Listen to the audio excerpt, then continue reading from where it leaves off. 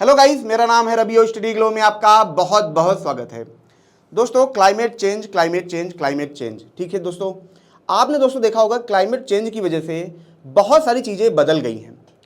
बहुत सारी जो प्रजातियां थी वो खत्म हो गई, चाहे वो पेड़ की प्रजातियां हों, चाहे वो नदी में रहती हों, चाहे वो समुद्र में रहती हों, ठीक है, चाहे वो मछलियाँ हों, ठीक है, चाहे कोई भी प्रजाति हो, उनमें बहुत सारी प्रजातियाँ ऐसी थी जो खत्म हो गई। और खत्म होने का मतलब क्या है?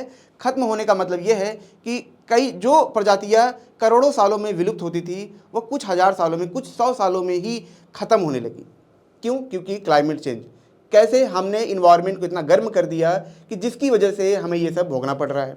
और दोस्तों, अभी तक ये था कि चीज़ों को हम बाहर की तरफ देखते थे, यानी कि जो चीज़ें बदल रही हैं वो हमारे शरीर के बाहर बदल रही थी। हमें ऐसा लग रहा था कि हमारे पास काफ़ी वक्त है, काफ़ी टाइम है, ये प्रॉब्लम हम तक नहीं आएगी।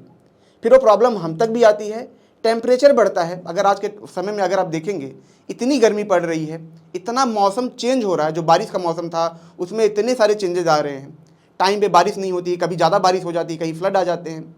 आपने देखा होगा बहुत सारे जंगल जल जाते हैं, यहाँ तक कि कुछ देश से तो पूरे ग्लेशियर ही गायब हो गए, ठीक है। तो ये सारी चीज़ें थी।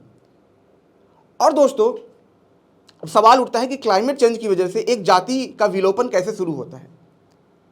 जाहिर सी बात है, कोई भी जो प्रजाति होती है, विलोपन तब शुरू होगा जब ज़्यादातर असर उसका उसके दिमाग पे होगा, ब्रेन पे होगा। हम इंसान, ठीक है, जब सर्वाइव करते हैं तो अपने दिमाग की ही वजह से सर्वाइव करते हैं। लेकिन दोस्तों, यहाँ पे एक रिसर्च हुआ है और उस रिसर्च में देखा गया कि जो इंसान का ब्रेन है, ठीक है, खास करके जो न्यूरॉन्स हैं, इन पे बहुत ज़्यादा असर हो रहा है क्लाइमेट चेंज का, और जिसकी वजह से बहुत सारी बीमारियां यहाँ पे पैदा होंगी। हम कुछ मुख्य बीमारियों के बारे में आज दोस्तों बात करेंगे और ये जानेंगे आखिर ये जो रिसर्च हुआ है, ये रिसर्च कैसे हुआ है, कितना टाइम लगा इस रिसर्च में, हम ये भी समझेंगे, ठीक है दोस्तों। तब जाके हमें पूरा ये समझ में आएगा कि आखिर ये रिसर्च इतना खास क्यों है। और ये भी आपको समझ में आएगा कि जब कोई प्रजाति खत्म होती है, अगर हम बात करें, जैसे मान लीजिए कोई एनिमल है, जब वो खत्म होती है तो उसका सबसे बड़ा इम्पैक्ट पड़ता है उसके फर्टिलिटी रेट पे और उसके ब्रेन पे। जी हाँ दोस्तों, अगर किसी प्रजाति का जो फर्टिलिटी रेट है वो क्या हो, खराब होने लगे, ठीक है, तब क्या होगा कि वो प्रजाति ऑटोमेटिक खत्म हो जाएगी। और आज से कुछ साल पहले ही ये रिसर्च हो चुका था। क्लाइमेट चेंज की वजह से, ज़्यादा गर्मी बढ़ने की वजह से, जो गर्मी का टेम्परेचर बढ़ रहा है, ठीक है, सिर्फ कुछ डिग्री सेल्सियस बढ़ने की वजह से जो फर्टिलिटी रेट है इंसानों का, वो बहुत ज़्यादा कम हो रहा है, ठीक है, बहुत ख़राब सिचुएशन हो रही है। और यही सेम सिचुएशन जानवरों में भी देखी गई। यही सेम सिचुएशन जो समुद्र के नीचे जानवर रहते हैं उनके अंदर भी ये देखी गई थी कि टेम्परेचर बढ़ने की वजह से स्पर्म काउंट में बहुत बड़ी प्रॉब्लम आ रही है। तो ये पहला स्टेज था कि हाँ, मतलब चीज़ विलुप्त हो जाएगी जिस जाति के साथ होगा, जिस प्रजाति के साथ ये होगा। एनिमल के अंदर अगर हम आते हैं, अगर हमारे साथ ऐसा हो रहा है तो आप मान के चलिए कि हम भी विलोपन के कगार पे हैं। हो सकता है कि कुछ साल हम टेक्नोलॉजी से बचा लें, लेकिन अगर हमने इन्वायरमेंट को सही नहीं किया तो कुछ 100 सालों में हमारी कहानी खत्म होने वाली है। ये पहला स्टेज था। दूसरा स्टेज क्या है दोस्तों? दूसरा स्टेज है ब्रेन पे असर, खास करके जो हमारे न्यूरॉन्स हैं उन पे असर, जो हमारे ब्रेन के अंदर फ्लूइड हैं उन पे असर, जो हमारे स्पाइनल कॉर्ड हैं उन पे बहुत तेज़ी से इनका असर हो रहा है। वैज्ञानिकों ने क्या किया दोस्तों, लगभग 19 जो डिजीज़ थे, ब्रेन से रिलेटेड जो डिजीज़ थे, उन पे ये लगातार रिसर्च कर रहे थे, कई सालों से रिसर्च कर रहे थे, ठीक है। 2016 में दोस्तों इनके पास पूरा डाटा इकट्ठा होता है और 2016 में डाटा इकट्ठा होने के बाद अब ये डाटा पब्लिश हो रहा है, और जिसमें काफ़ी सारी चीज़ें हमें हैरान करती हैं। अगर दोस्तों, सबसे पहले हम ये देख लेते हैं कि ये रिसर्च कहाँ पे हुआ है, ठीक है, फिर हम बीमारी के बारे में हम चलेंगे आगे, ठीक है। तब हम समझेंगे कि आखिर कौन कौन सी बीमारी है। कुछ बीमारी तो ऐसी है जिससे आजकल बच्चे बहुत परेशान होते हैं, उनको लगता है ये क्यों हो रहा है, ये हमारी सिचुएशन की वजह से हो रहा है, लेकिन नहीं, टेम्परेचर का इसमें बहुत बहुत बड़ा रोल है। तो सबसे पहले दोस्तों रिसर्च को समझते हैं। ये जो रिसर्च हुआ है कहाँ पे हुआ है? यूनिवर्सिटी कॉलेज लंदन, यूसीएल में दोस्तों ये रिसर्च हुआ है। अगर आप देखेंगे यहाँ पे क्या है दोस्तों, 332 स्टडी यहाँ पे की गई है। कब से की गई है? 1968 से लेके 2023 तक, ठीक है। 2016 में भी दोस्तों इसके कुछ रिजल्ट आए थे, जैसा मैंने आपको बताया था, लगभग 19 डिजीज का यहाँ पे रिजल्ट आया था जिसको यहाँ पे बताया गया था। और अब दोस्तों ये जो रिसर्च है कहाँ पे पब्लिश हुआ है, ठीक है, लेसेंट न्यूरोलॉजी करके जो जर्नल है, यहाँ पे ये पेपर पब्लिश हुआ था और इसी में दोस्तों अगर आप देखेंगे ये सारी चीज़ें बताई गई हैं, जिसमें से अगर आप देखेंगे स्ट्रोक्स, माइग्रेन, अल्जाइमर, ये सब चीज़ें जो बीमारी हैं, ये सारी चीज़ें हैं, एंग्जाइटी, डिप्रेशन, ठीक है, यहाँ पे अगर आप देखेंगे ये सारी बीमारियाँ यहाँ पे हैं। दोस्तों इसमें ये भी देखा गया कि जब टेम्परेचर राइज करता है तो अगर आज के टाइम में अगर आप देखेंगे बहुत सारा डिप्रेशन आता है, बहुत एंग्जाइटी आता है लोगों को, इसका एक बहुत बड़ा रोल है। खास करके जो बच्चे होते हैं आप देखेंगे डिप्रेशन में जाते हैं तो टेम्परेचर का इसमें अपना एक बहुत बड़ा रोल है। दोस्तों मैं खुद भुक्तभोगी हूँ, 2 दिन से इतनी गर्मी पड़ रही, मैं आपको क्या बताऊँ, मतलब ऑटोमेटिक इंसान हाइपर हो जाता है, ठीक है। तो जब ये मैं रिसर्च पेपर पढ़ रहा था तो मैं अपने बारे में यही सोच रहा था कि यार ऐसा लगता है कि एकदम अंदर से खगाल की रिसर्च ही किया इन्होंने, ठीक है।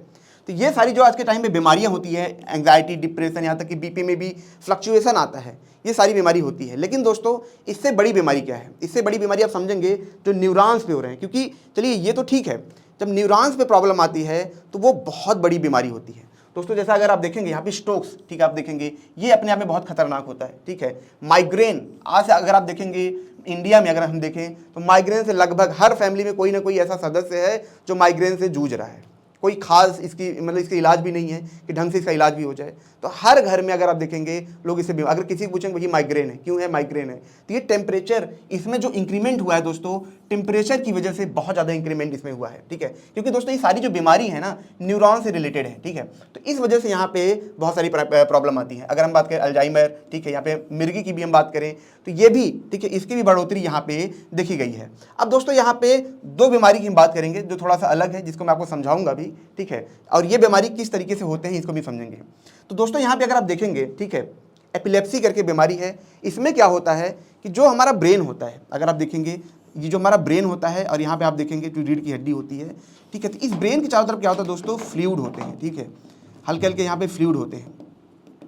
अब होता क्या है दोस्तों कि जब भी कोई बैक्टीरिया, कोई भी बीमारी हमारे अंदर आती है तो ब्रेन को बचाने के लिए दोस्तों ये जो फ्लूइड होते हैं ये काम करते हैं और यही क्या करते हैं, आने वाले बैक्टीरिया को रोकते हैं। और जो इसके अंदर न्यूरॉन्स भी होते हैं वो भी काफ़ी ज़्यादा मदद करते हैं। लेकिन दोस्तों जब टेम्परेचर बढ़ता है, ठीक है, जब टेम्परेचर यहाँ पे राइज होता है तो वैज्ञानिकों ने बताया कि ये जो फ्लूइड होते हैं, ठीक है, ये धीरे धीरे धीरे धीरे कम होने लगते हैं। इससे क्या होता है कि जो ब्रेन के अंदर जो बीमारियां जा सकती थी, जैसे आपने सुना होगा कि बहुत सारी अलगई ऐसी थी, ठीक है, जो ब्रेन को खा जाती हैं, अमीबा जिसको बोलते हैं, कुछ ऐसी मतलब बैक्टीरिया भी थे जो ब्रेन के अंदर जाते हैं, ठीक है, इन्फेक्शन करते हैं, ब्रेन को ख़त्म कर देते हैं। तो ये जो फ्लूइड थे दोस्तों स्पाइनल कार्ड के आसपास, ये इसको रोकते थे। लेकिन टेम्परेचर बढ़ने की वजह से ये फ्यूल की जो फ्लूइड की जो मात्रा है ये धीरे धीरे कम होने लगती है और इसकी वजह से दोस्तों बहुत ज़्यादा घातक बीमारियां होती हैं। यहाँ तक कि अगर आप देखेंगे कुछ ब्रेन के पार्ट धीरे धीरे सूखने भी लगते हैं और सिर्फ किस वजह से, टेम्परेचर इंक्रीमेंट की वजह से। अब दोस्तों यहाँ पे जो इससे भी खतरनाक बीमारी है जो कि टेम्परेचर के बढ़ने की वजह से हो रहा है, अगर आप देखेंगे मल्टीपल स्क्लेरोसिस, ठीक है, तो इसमें क्या होता है, जैसे हम न्यूरॉन देखेंगे, ठीक है, न्यूरॉन इस तरीके से होता है, आप देखेंगे ऐसे इस तरीके से होता है, इसकी पूंछ भी इस तरीके होती है। अब यहाँ पे दोस्तों बीच में आप देखेंगे यहाँ पे कुछ केमिकल्स लेयर होते हैं, ठीक है, इसके ऊपर, ठीक है, ये केमिकल्स लेयर इसको सेव करते हैं और आपके जो कनेक्शंस होते हैं ना, जैसे हम बात करते हैं इन सब में ये बहुत ज़्यादा मदद करते हैं, उसकी एक्टिविटी में ये बहुत ज़्यादा हमें मदद करते हैं। अब होता क्या है दोस्तों कि जब टेम्परेचर बढ़ता है, ठीक है, तो यहाँ पे देखा गया कि जो ऊपर के लेयर होते हैं न्यूरॉन्स के, ये लेयर यहाँ पे धीरे धीरे से हटने लगते हैं, ये धीरे धीरे से ख़त्म होने लगते हैं। इसकी वजह से क्या होता है, इसकी वजह से दोस्तों आपने मूवी देखी होगी स्टीफन हॉकिंग की, उनके बारे में आपने देखा होगा, उस तरीके की जो हाइपर बीमारियां होती हैं जिनको ठीक नहीं किया जा सकता है, वैसी बीमारियां यहाँ पे होने लगती हैं। आप देखेंगे बॉडी में अचानक से, ठीक है, मतलब कनेक्शन खत्म हो जाता है, बॉडी अकड़ने लगती है, बॉडी खराब होने लगती है, ठीक है, भूलने की जो बीमारी होती है यहाँ पे आने लगती है। और सबसे बड़ी जो बीमारी दोस्तों इसमें आती है वो होती है आँखों, जो आँखों की रोशनी होती है वो धीरे धीरे इसमें जाने लगती है। पहले एक आँखों की रोशनी जाएगी, फिर दूसरे आँखों की रोशनी इसमें जाने लगती है और ये सिर्फ किस वजह से हो रहा है, टेम्परेचर इंक्रीमेंट की वजह से। तो दोस्तों अगर आप देखेंगे यहाँ पे तो सिर्फ टेम्परेचर बढ़ने की वजह से, खास करके जब जो हीट वेव भी आते हैं इसमें भी ये बीमारियाँ बहुत तेज़ी से बढ़ती हैं। तो दोस्तों ये छोटा सा लेक्चर था, अगर ये आपको अच्छा लगा हो तो इसे लाइक करें, कमेंट करें, शेयर जरूर करें ताकि और भी लोग ये जान पाएँ कि आखिर हम कैसे इन चीज़ों से बच सकते हैं, कैसे टेम्परेचर को अपने, ज़्यादातर हम हीट वेव से बच के इन बीमारियों को हम कम कर सकते हैं। मिलते हैं नेक्स्ट लेक्चर में। Thank you so much.